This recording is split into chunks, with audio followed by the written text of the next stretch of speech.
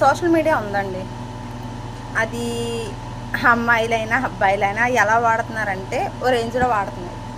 అది మంచికి అవ్వచ్చు, చెడుకు అవ్వచ్చు. వాడండి, వద్దని అనట్లేదు. ఎందుకంటే వాడి ఎవరి టాలెంట్ వాళ్ళు చూపించుకుంటున్నారు. అది తప్పని నేను అనట్లేదు.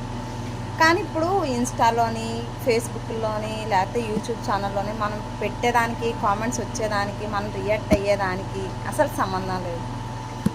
ఒకవేళ మనం రిప్లై ఇచ్చినా కానీ వాళ్ళు ఎలా చూస్తున్నారంటే సోషల్ మీడియాలో ఉందంటే దానికి క్యారెక్టర్ లేదా అమ్మాయికి, ఇదైతే కరెక్ట్ కాదండి. ఎందుకంటే మీ ఫ్యామిలీ మెంబర్స్లో కూడా అక్కో, చెల్లో, లేకపోతే మీ వైఫో, లేకపోతే మీ మదరో ఎవరో ఒకరికి ఇంట్రెస్ట్ ఉంటుంది.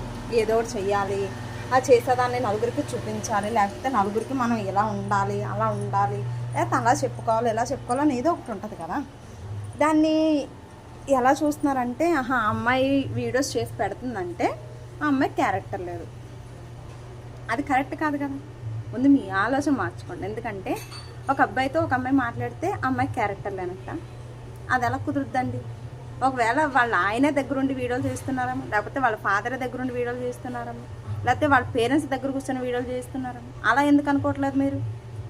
వాళ్ళ క్యారెక్టర్ని కించపరిచే రైట్ మీకు అసలు ఎవరిచ్చారు? మీకు ఒక అమ్మాయి ఇప్పుడు ఫేస్బుక్లోని మీకు రిప్లై ఇచ్చింది అనుకోండి, ఆ అమ్మాయికి క్యారెక్టర్ లేనట్ట. అసలు మీరు అలా ఎలా అనుకుంటున్నారు? ఇప్పుడు బుర్ర ఉందా మీకు? బుద్ధి ఉందా? అందులో గుంజు ఉందా? అదే మీ ఫ్యామిలీ మెంబర్స్లోని మీ ఇంట్లో ఆడాలంటే మీరు ఊరుకుంటారా? ఊరుకోరు కదా. వాళ్ళు దగ్గర పెట్టుకొని మోసలుకోండి.